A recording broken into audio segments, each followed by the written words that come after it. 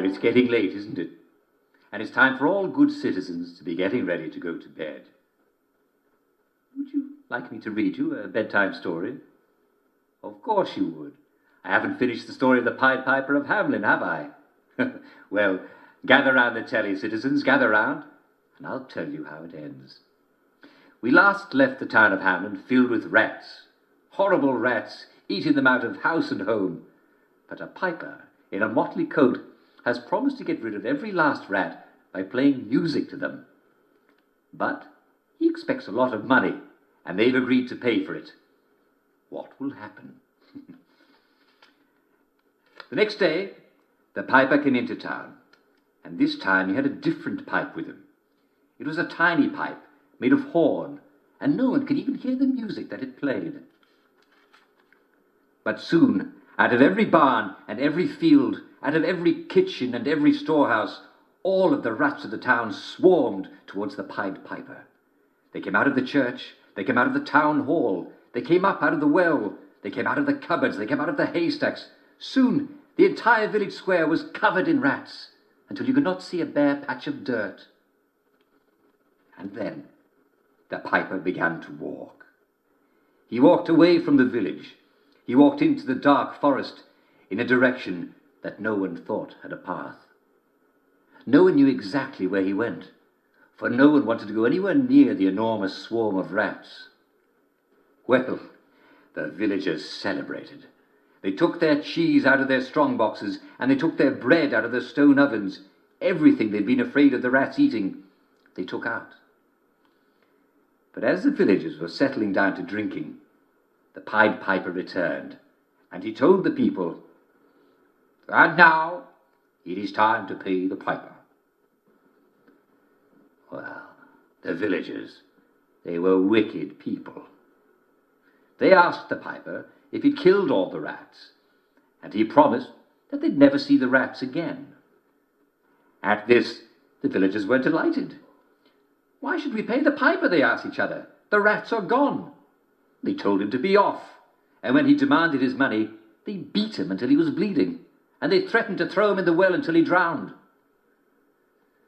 The piper left, and they thought that they'd never see him again. But the next morning, the piper was back. This time, he had a very large, long pipe made out of long, long bone.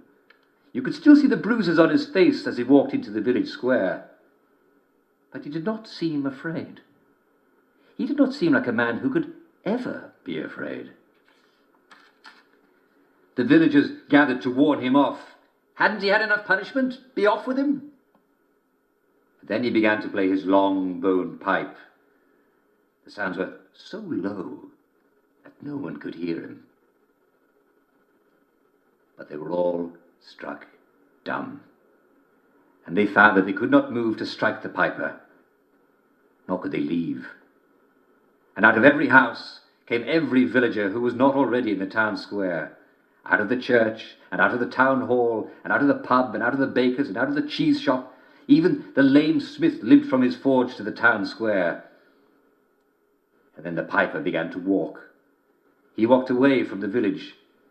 He walked into the dark forest in a direction that no one thought had a path. And the villagers all followed him.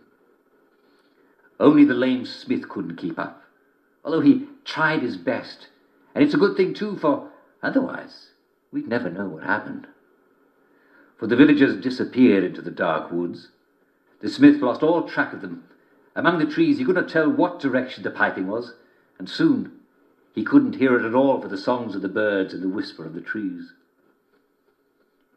He lay down, and he wept for a day and a night, for the music had so moved him that he wished he'd been fast enough to follow it. The smith came out of the forest.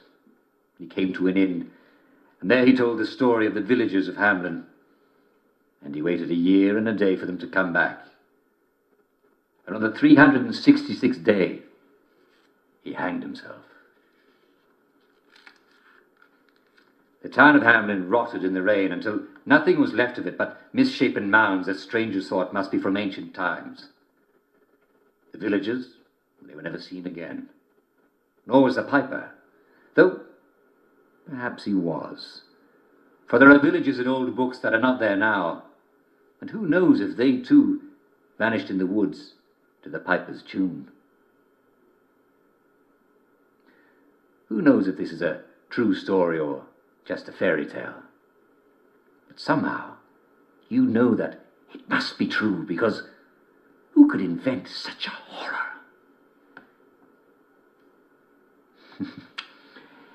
That's the story of the Pied Piper of Hamelin. What a wonderful story. I hope you enjoyed hearing it as much as I enjoyed telling it. And remember, stay at home at night or terrible things may happen in the dark. And I'm afraid we've come to the end of our time. Tune in again tomorrow for another bedtime story. Good night all. See you tomorrow.